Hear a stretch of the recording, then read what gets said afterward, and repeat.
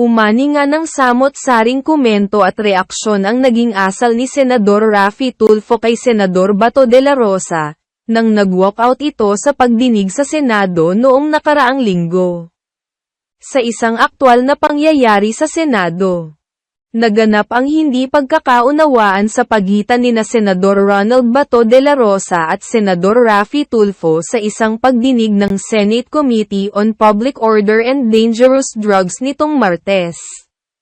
Naglakad palabas si Senador Tulfo sa nasabing pagdinig dahil sa hindi pagkakatugma ng mga testimonya ng mga resource person mula sa Philippine National Police hinggil sa pag-aresto kina Rodelio Vicente at kanyang anak na lalaki noong nakaraang taon sa Bulacan.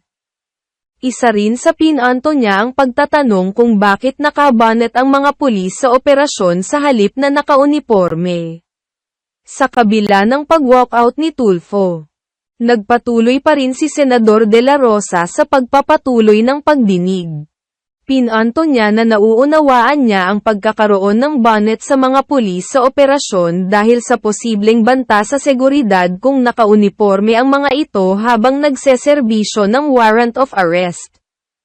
Binigyang diin ni De La Rosa ang kanyang neutralidad sa usapin. Sinabi niya na hindi niya pinapaboran ang kahit na sino at handa niyang ipagtanggol ang mga pulis kung ito ay mayroong katotohanan.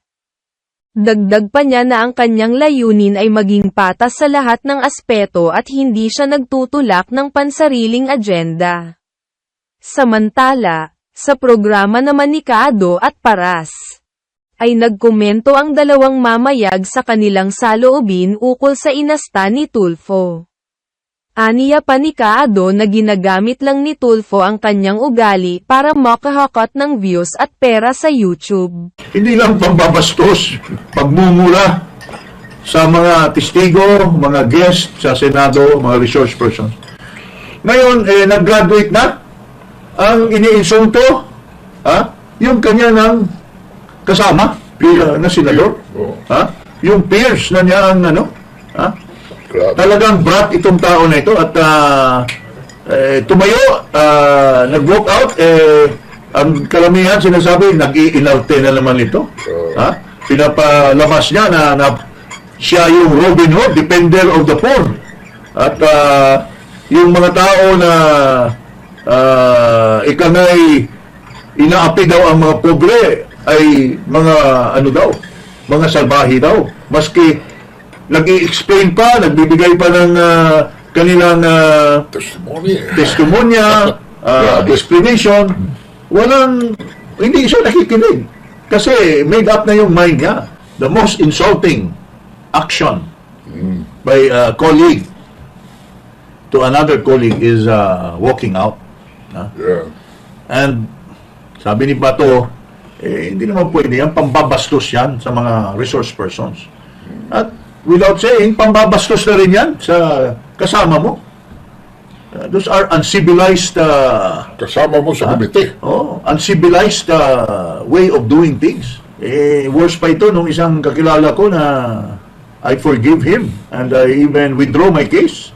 Ganun ang asta noon, pero mas worse ito. Anong masasabi natin, Paring Ado, dito sa pagkakabrak at pag-iinarte nitong isang senador na ito? Ano masasabi mo? Yan ang hindi ko maintindihan sa ating mga mambabatas. No? Mambubutas. Patay na ang statesmanship. Patay na ang parliamentary spirit. Alam mo, itong tao na ito, wala tayong hearing na hindi nakita ang palaban. Si Cynthia Villar, pinatulan. Si Pia Cayetano, pinatulan. Si Nancy Binay, pinatulan. At ito na naman si Ginoong Bato de la Rosa. At hindi pa natin malalaman kung sino-sino pa in the future ang papatulan nito sa pag-iinarte nitong tao na ito. Paring Ado, anong masabi? It might be a personal choice on his part, pero pag ako senador at may programa ako sa YouTube o biski sa radyo, siguro hindi na muna ako magpuprograma. Kasi yung hearing niya, nag-i-extend doon sa media. That brings us to the issue of conflict of interest. mayroong isang instance, dito kay yung director ba or supervisor ng PUBG na in-interview niya. Oh, sa, ano yun? Tinatakot niya, Sa labas. in-interview niya sa radio program niya. Oh. Since ayaw dahil naghihintay pa ng go signal. Siyempre may amo yun yung secretary. Yes. Sir, hindi mo na sabi niya, sige. Magpapile ako ng resolusyon, iko-contempt kita Oh. sa Senate, iko-contempt kita. Ikaw ang personalistahan ko, sabi pa niya. Radio program yan. Pare, ginagamit ko yung radio program mo para kumalap ka ng maraming pera sa YouTube. Pinapapopular mo yung And that's conflict of interest when you use your influence and power as senador para takutin mo yung mga Oh. you're using your power to enhance your career as an announcer. Well, you have monetary consideration. Well, you have a monetary consideration. Kasi tuwing nag-action ka, nagtutulpo ka, gumagana yung YouTube Yung metro. mo. Tapos gagamitin mo yung pagkasenador mo para takutin ito, para makakuha ka pa ng ibang mga information. Kung itong tao na ito hindi sasagot, tatakutin mo na ngayon bilang senador ka na, sige, so that you can get more information and you use those information to enhance your career as an announcer. Hindi ba kapag masamang tema yan, masamang aksyon yan, you're using your senator where you are paid by the government, where you are paid by the people's money, tapos tatakutin mo iko-contempt. Di ba? Di ba conflict of interest yan? Tama ka nga, paring ito. Ulitin mo nga yung sinasabi mo. Yeah, na kung ikaw ay mayroong lalo na napakataas ng katungkulan mo sa gobyerno, you are in fact in the top bracket of the three branches of government, no? Kumbaga, cabinet level sa executive, sa judiciary, nandiyan ka na sa Court of Appeals pataas, dito naman sa legislative, you're on the level of a congressman or a senator. Bakit tuloy-tuloy pa yung radio program at social media program? And you're being a senator to instill fear among your resource persons in your radio program. Para makakalap ka ng mga ibang information, sasabihin mo, iko-contempt kita, ipapakulong kita pag hindi ka... hindi ka magsasalita dito. Bakit? Sinabihan niya yung PUBG official. And that is not the only time. He's been doing that several times already during the time when he was already senator. Foul yan, pare. That's foul. Itong tao na ito, kung gaano ang ugali. Ito, mayroong isang video tayo ipakita. At dito pinatulan siya ng binabastos niyang pulis. Ito, pakita natin ito. Subukan mo ako, tingnan natin, makukuha ko itong bata. Ikaw hindi mo kayang kunin, chief of police ka ako, hindi. Civilian ako pero kaya kunin. You do it. Then in that case, you're not supposed to be a chief of police. I'm very sorry, sir. You don't deserve to be called a chief of police. For me, I'm so sorry, Colonel. Tawagan niyo yung Kamkrame.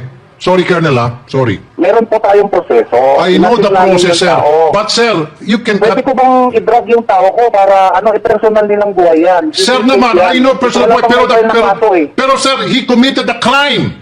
There was a Yes, crime committed. patunayan niya. Then, sir, Meron tayong proseso, Mr. Pulpo. a crime was committed, then you are responsible Unless to your man. proven, wala pang may file na kaso. Sir, it doesn't matter. Sir, I'll give you an example. Halimbawa, ako po, yung tao ko, kasamahan ko sa RTIA, may Ito ginawang siguro. may Pero ginawang kami, kalokohan. naka-observe kami ng proseso. Well, sir, cut the proseso. That's the reason some people come to me because I No, deliver assumption result. mo yan. Assumption mo yan. May proseso tayo, may batas tayo sinusunod. Assumption. I'm not assuming here. Ako po, marami ako napatunayan. Ikaw, anong napatunayan mo sa Las Piñas? Have you done anything in your life? Come on. Ako, I've done so many things. Kasi kaya ko mag-deliver. Ikaw, what have you delivered? Magtatanong lang kayo Tao kung mo, hindi mo yung kaya? proseso, ano yung nangyari. Tapos ngayon, No, sasabihin sir. mo malalain No, ka. sir. A crime was committed by your man. No, you judge me. That is a Sinasabi mo crime, kasi, sir. bakit mo? That Anong is a karapatan crime. mo The sabihan fact na kumuwit ako? kukunin niya yung bata at sabi niya, hiramin lang. Anong hindi karapatan kinain mong mo. sabihan mo kung weak leader ako? Because that's my opinion. I'm entitled to my opinion. You can say anything against opinion me. mo yan. Nakikisuyo ka eh. No, sir. No, you're a public servant, sir.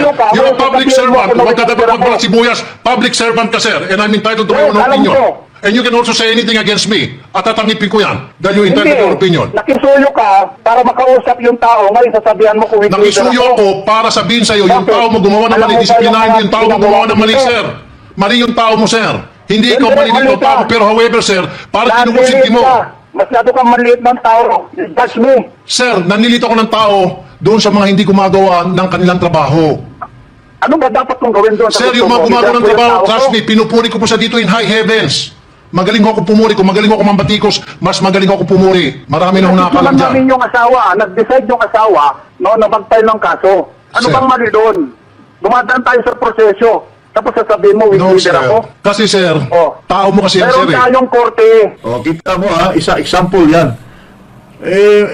Criminal na daw yung tao wala pa nga sa judge. Tapos, gusto pa niyang i-usurp yung power ng judicial system Ha? Puno-puno daw ang docket ng korte. Yung program daw niya, parang mabawasan daw yung at ipipresyon na niyang criminal. Sabi nung pulis, wala pa nga kaso sa korte. Idinadjudge mo na naging criminal na yung